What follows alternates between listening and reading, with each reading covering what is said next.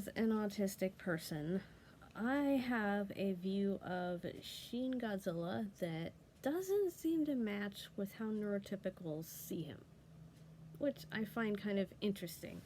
And I'm going to illustrate it to you as hopefully simply as I can. And by the way, I am all scrunched up like a pretzel. This is my knee over here. But anyway, so Shin Godzilla, the extra crispy Godzilla.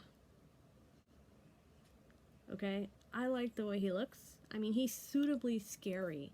It's almost like a very real world Godzilla where you could see that he's been just burnt by atomic energy and just how painful it must be for him to be this creature. But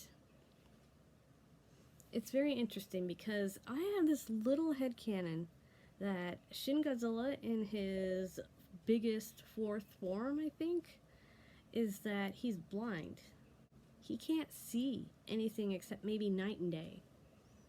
He can tell whether there's light or not. That's about all he can see. He's got like internal biological radar, so he doesn't need eyesight. He doesn't need it. It's not necessary. So he just doesn't have it. And he's just wandering ashore, just wondering, what am I? Who am I? And his body is doing all these weird and scary things, like that beam.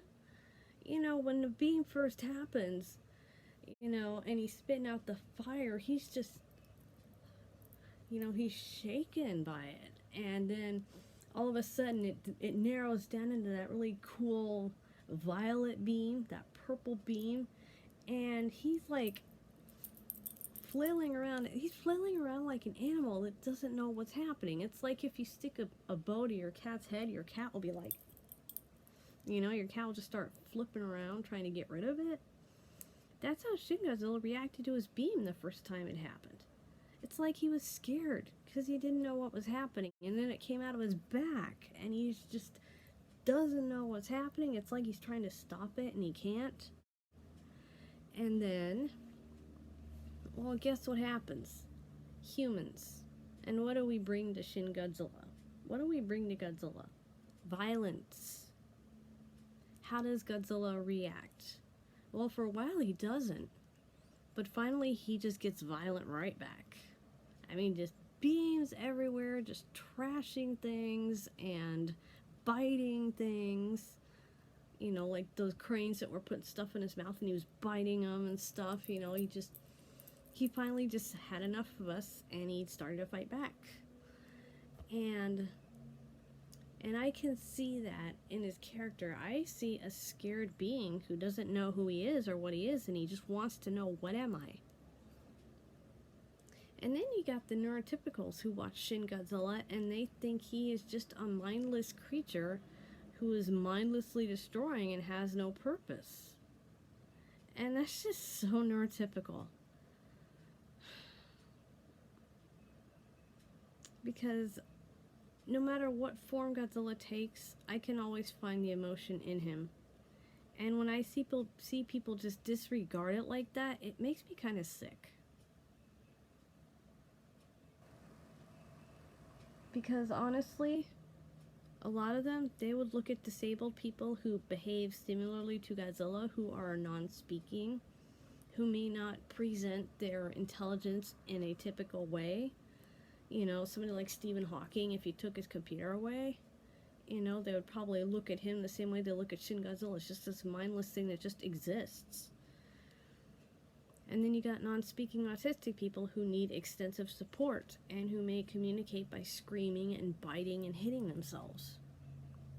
But they're just as present mentally as I am and anyone else is.